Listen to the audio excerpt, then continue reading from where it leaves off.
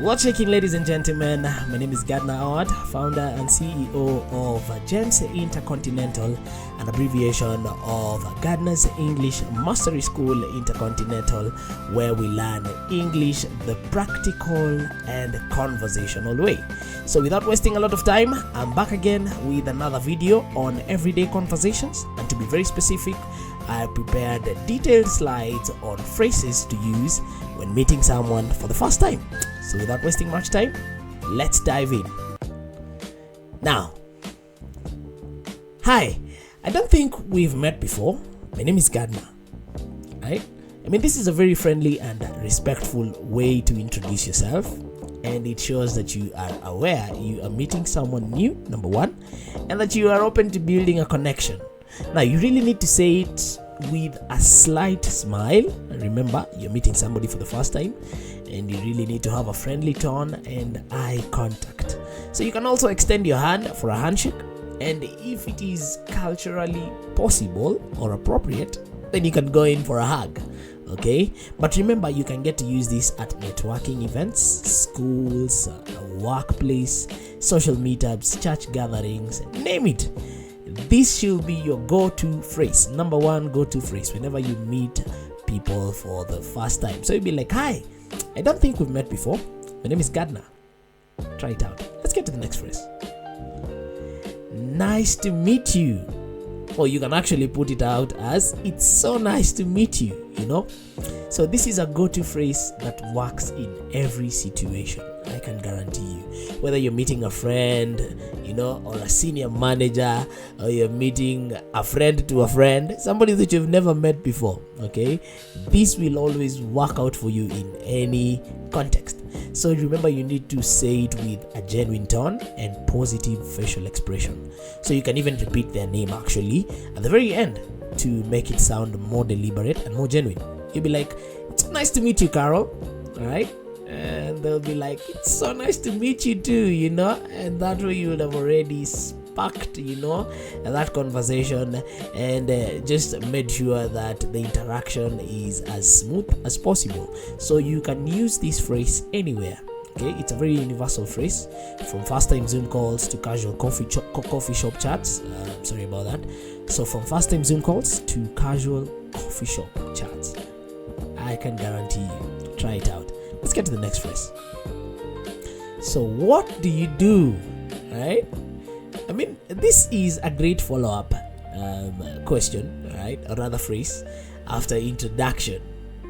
So it shows that you are curious about the other person's work or passion, and again, it goes a long way in building a deeper connection. Okay, so you need to say it out in a light, open tone and avoid sounding like you are interrogating this person. Okay, you'll be like, so what do you do? You know, and then afterwards, the most, of course, important thing for you to do, or correct thing for you to do afterwards, is to keep quiet and listen. Okay, as they give you more information, okay, or rather as they get deeper and deeper, and that gets to build that connection and that rapport whenever you're having a conversation. So you can use this at networking events, weddings, dinner parties, conferences, you name it. And a quick pro tip here before we get to the next phrase: if the person doesn't work, you know, because you don't want to sound as being insensitive, you know, because on a daily you get to meet new people, new faces, you get to meet students, people who work, CEOs like myself, you know, managers, you know, students. Okay, not everybody might be working actually, but they could be having something going on their end. So you'd be like, so what keeps you busy these days? You know, what keeps you busy these days? If they are a student, then definitely they'll know what to say afterwards. Okay, if they are freelancers, if they are parents, stay-at-home moms and dads, they'll know what to say afterwards. Well, let's get to the next phrase. How do you know so and so? Right? How do you know so and so? I mean, afterwards you can add, you know, a mutual friend, or, you know, maybe an event host. Okay, and this is the reason. Remember, you use this phrase, or rather you use this phrase to help establish a common ground quickly. Okay, And people feel more comfortable when they can talk about someone or something they both know.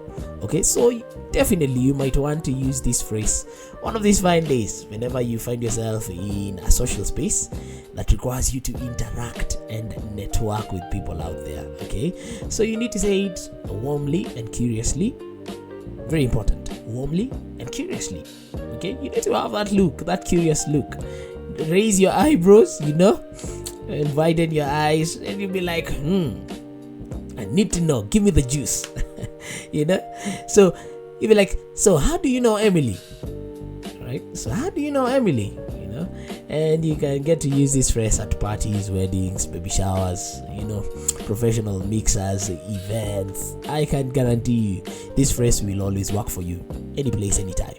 Let's get to the next phrase. I have heard so much about you.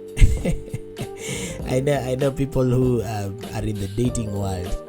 Maybe sometimes you have your sibling, and your sibling will be introducing you to your spouse. Okay, a good friend of them. You can make good use of this particular phrase simply because it creates a sense of familiarity and makes the other person feel valued. Okay, they make the other person feel valued, right?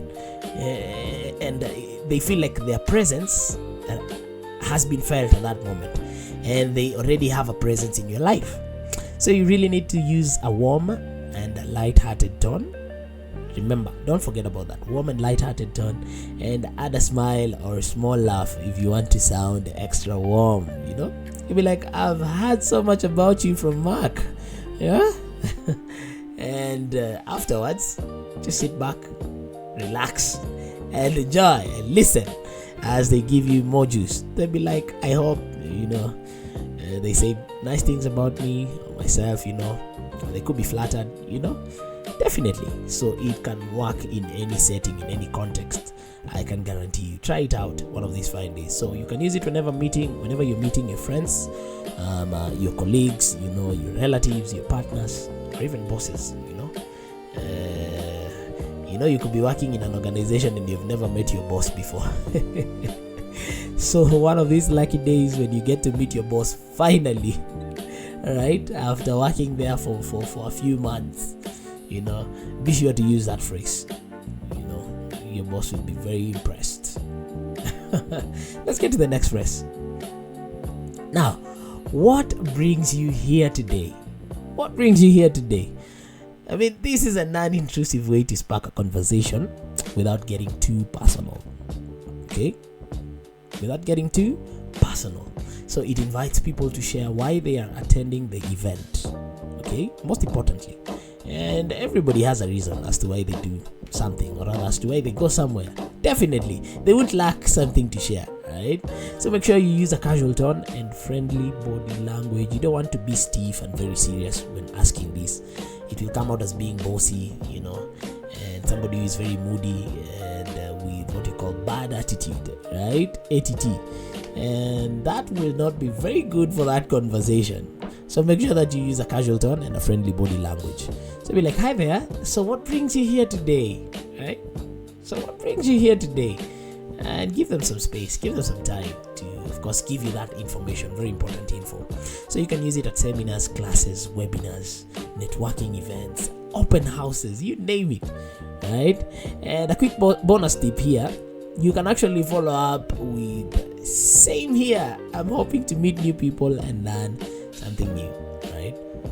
You can follow up with that after they, tell you what they came to do eventually, because they can't lack, right? They definitely need to have a reason why they're there at that given point in time.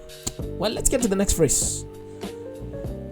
It's great to finally meet you in person, or it's so great to finally meet you in person, And this particular phrase shows excitement and relief in seeing someone that you have only talked to online, through messages, or over the phone, or actually you've never met before. Okay, yeah. So you need to have that sense of excitement, number one, and relief whenever you meet this person. So you'll be so excited, and you'll be like, it's so great to finally meet you in person. Those of you who do online dating, I'm sure you can relate a little bit, right? So anyway, you need to put it out with enthusiasm, warmth. It's like saying, finally, we meet face to face. So you can use it with clients, online friends, remote colleagues, or long distance family and friends and lovers, without forgetting that. Anyway, let's get to the next phrase. Don't forget to use this particular phrase, a common phrase that people get to use out here. Alright, and the next one has to be this one. Where are you from originally? So where are you from originally? Okay, so where are you from originally? I can guarantee you 9 out of 10 people that I've met out here enjoy talking about their roots. Okay, and this is because it often leads to meaningful conversations and cultural appreciation, Yeah, so give it a try one of these fine days, but remember to always put it out respectfully and with genuine curiosity. Okay, like, hey, is this your first time at this workshop? Is this your first time at this place? So where are you from originally? And then give them a chance to share something about their culture or where they are from, okay, or their roots. So you can use it at multicultural events, international schools, airports, hostels, whenever you're going out for events, festivals, right? And you meet new persons. Be sure to use this particular phrase, and you will get that feedback. You get amazing feedback from this particular phrase. Now, avoid assumptions. One thing that you need to take note of whenever you're using this phrase, always avoid assumptions. You don't want to come out as being insensitive, okay? You don't want to come off as being insensitive. Don't say things like, you don't look like you're from here, That is an assumption already, and it might not sit well with many people that I know out here. Many people. So just ask curiously and give them a chance to tell you. So where are you from originally? And then you keep quiet. Give them a chance. Next phrase. So for this particular phrase, ladies and gentlemen, what kind of things do you enjoy outside work? What kind of things do you enjoy outside of work? I mean, it helps to shift the chat from a surface level to personal interests.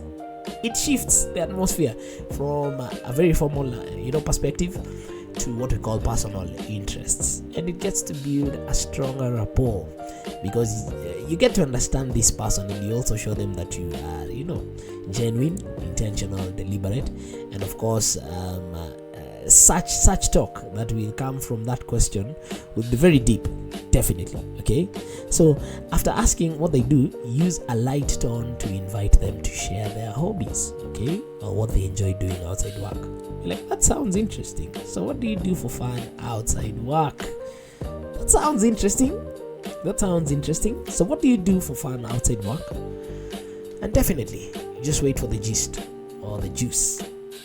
Alright, so you can use it when the conversation feels too business only or serious. Okay, whenever you want to break the ice, it also adds a personal touch. And I know people who are in the dating field, they like using this phrase. They like abusing this phrase. But it's a good phrase anyway. So take a good note of this phrase, because who knows, it might actually save you one of these fine days. Now let's get to the very end, ladies and gentlemen. I would want to say that it has been an absolute pleasure having you up to this point in time. I really do hope to see you on the next episode or segment of Gardner's English Mastery School Intercontinental classes, where we get to learn English the practical and conversational way. Till next time, adios. Thank you.